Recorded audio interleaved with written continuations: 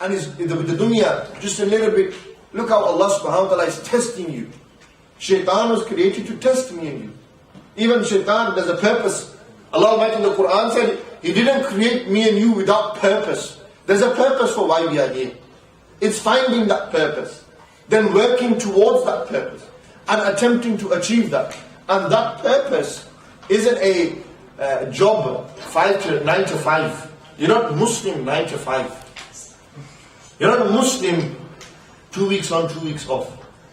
The purpose of being a Muslim is from cradle till grave. And then beyond. And it's this world that you plow in.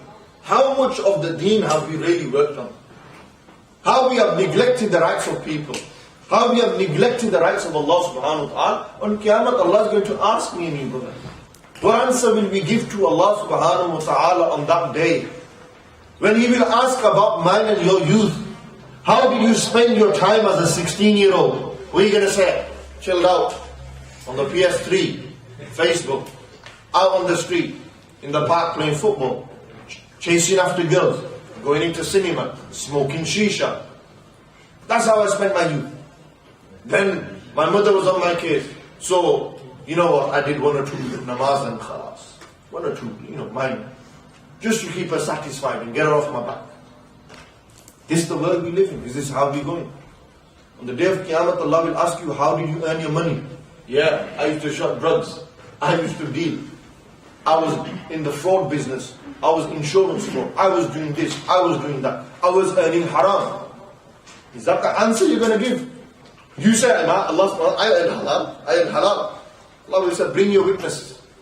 Hatu burhanakum, bring your witness. Bring your witness. Bring them forward. What witness? Allah Almighty said, يَوْمَ نَخْتِمُونَ عَلَىٰ أَفْوَاهِهِمْ وَتُقَلِّمُونَ أَيْدِيهِمْ وَتَشْهَدُ أَرْجُلُهُمْ بِمَا كَانُوا يَكْسِبُونَ. In Surah Yasin, Allah subhanahu wa ta'ala said it. يَوْمَ نَخْتِمُ عَلَىٰ أَفْوَاهِهِمْ. On that day, we will put a seal over their mouths. We'll say, be quiet now. You had time to speak. Listen. وَتَشْهَدُ أَرْجُلُكُمْ بِمَا كَانُوا. And then we will say, bring. Tell your hands and feet to speak. And Allah will command them, speak now. Tell me, what did He do? On that day, your own body will be witness against you. Why? Are you such a fool that you're going to let your own body witness against you?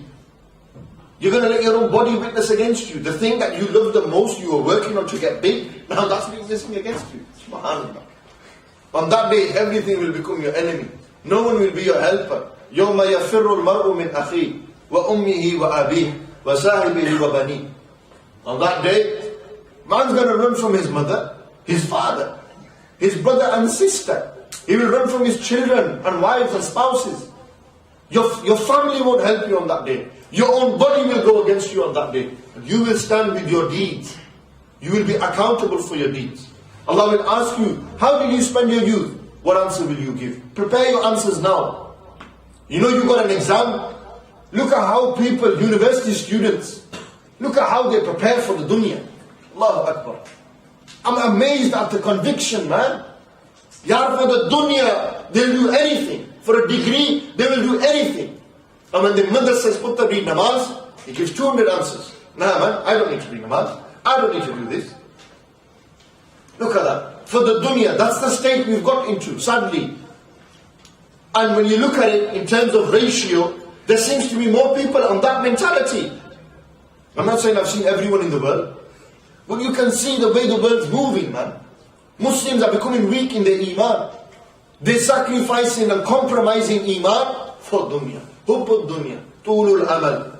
Long-winded desires, hubbud dunya, chasing shahwat dunya, desires for the dunya, love for the dunya. This has overtaken our egos. This is what feeds the ego, brother. On Qiyamah, Allah will ask you, prepare for your exams now. That's an exam. That day is an exam. You know, normally you have exam time 2 hours at Excel. 2 hours. You know, on that day, for the one who was bad, you know how long this exam will be? It starts off, you know, the opening will be 50,000 years.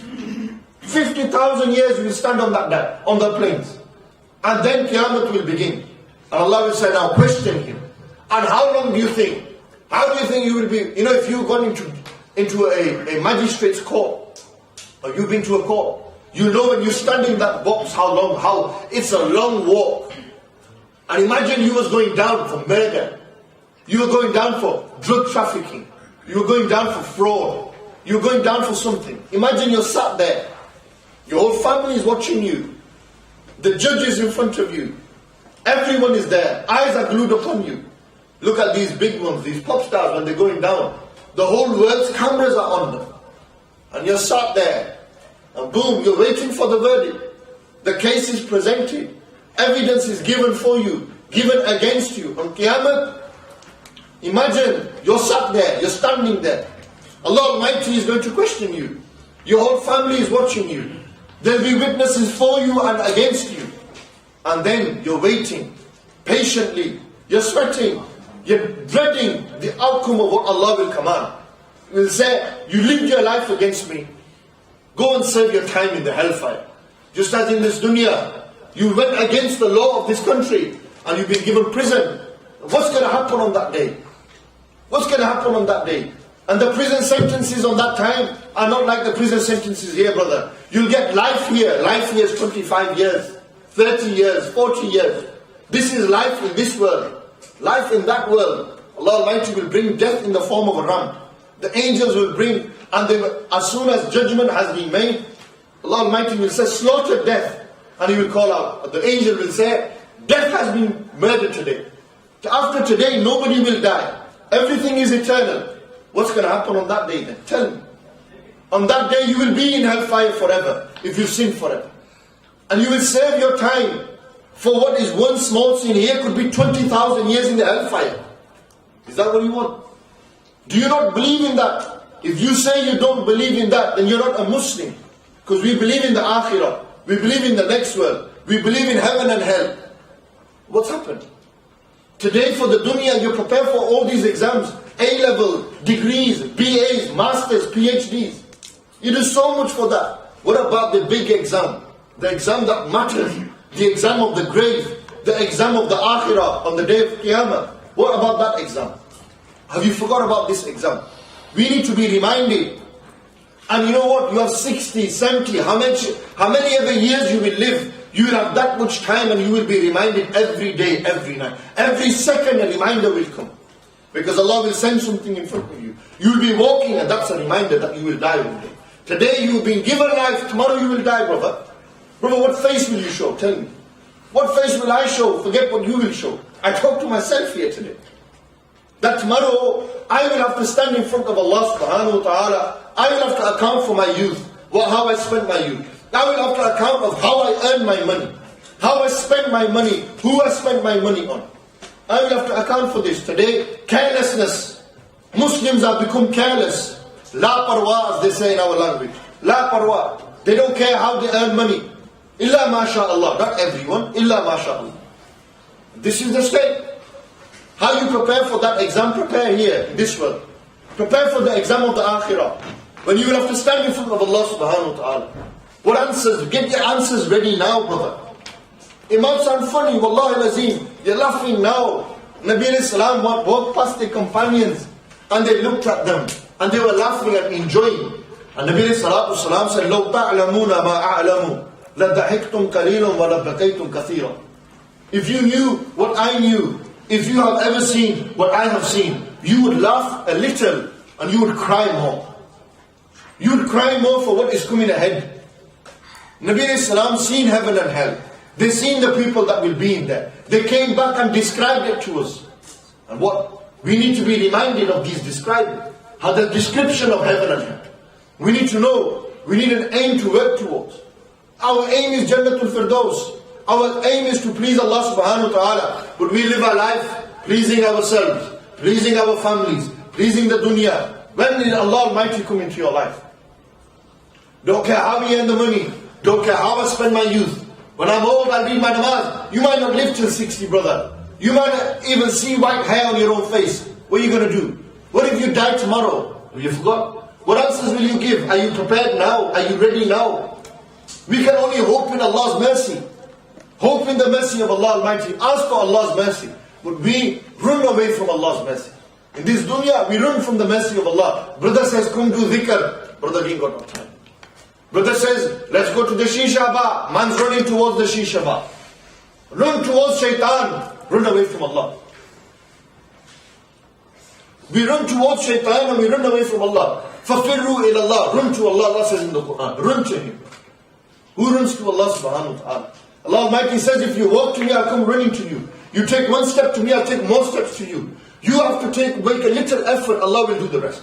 الَّذِينَ جَاهَدُوا فِينَا لَنَهْدِيَنَّهُمْ سُبُلَنَا. Those who strive in our path and ways. Those who strive and struggle, we will open the ways for them. We will guide them.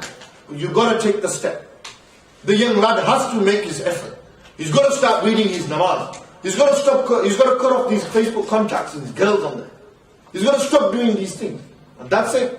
When he makes that effort, it might be hard at first, difficult at first. It might be, I can't do it, Imam Sahib. Too in love, brother, too in love. Romeo. Man's on Romeo flex. He's on the car flex. Man's too much in it. This love for the dunya has overtaken you. It's taking the love of the dunya outside of your heart. You live in the dunya, do what is needed to get through this dunya. But the key word is what? Through. Not here, not staying, it's not permanent. This dunya is temporary, it's fani. It has a beginning and will have an end. It's going to end one day. What are you going to do? What answers will you give? That's the key, man. We need these constant reminders. Something where we will have to turn to Allah subhanahu wa ta'ala. Fear Allah Almighty. Connect with the Quran again. Learn how to read the Quran properly. Learn and understand the Arabic language. Study the Quran. Study the Quran from the correct sources. Connect with Rasulullah alayhi salatu wasalam. Attend gatherings of zikrullah where the mercy of Allah lies. Look at these headbangers moving their heads side and side. That's what they say. Yeah, I can't do that, man. This ain't cool for me. But the same guy who you're giving da'wah and tabligh to, the brother come towards Allah subhanahu wa ta'ala. You're going to a nightclub at 3 in the morning and the brother's banging his head against the wall. The man's doing it. Nightclub will do everything. The way of Allah subhanahu wa ta'ala. I can't do this, man. This is a bit too wide. Brother, we don't even do this. How does the brother know what the brother is feeling at the time when he's in that ecstasy, that spiritual upliftingness? When he's feeling connection with Allah subhanahu wa ta'ala, how does he know that? He don't know, brother. You will never know until you try. You'll try haram. Go on, brother, take a lick of the zoo. You'll try a zoo. Try a bit of zikr, brother, too much for me. I ain't ready for that yet. Throw yourself into the deep end, man. You're throwing yourself in the way of Allah. What you think you're going to get misguided? You're going to get lost. Yeah, if you're going to get lost, you're going to get lost in the love of Allah and His Rasul. What more lost do you want to get? How much more lost do you want to be? I want to be lost in the love of Allah and His Rasul. I'll find my guidance in there, in that path, on that way. Good versus evil. It's up to you, brother. How you choose, what you choose. What direction you walk in. How you live. It's entirely up to you. We ask dua to Allah subhanahu wa ta'ala, gives that guidance. Send us the guide. Send us people who will take us out of darkness and put them into light. Allah's given us the Quran. This Quran was so powerful. The Quran there, they've given us the Quran. It's so powerful is the Quran. That people have read verses of the Quran and changed. Sayyidina Umar bin al-Khattab, Umar Farooq. Everyone talks about Umar. Radiyallahu ta'ala anhu. You know who Hazrat Umar was? You know how Hazrat Umar used to live their life? This was a man who had everything. He was the Amirul Mu'mineen. But you know, when they looked at the description of the most powerfulest man of that time, the man who had the power in his time, the description of a faqir, simple person, simple dress code, big dignitaries would come to see Hazrat Umar Farooq and they would be amazed at the libas. You rule the entire Islamic empire and look at how you dress. Can you not afford?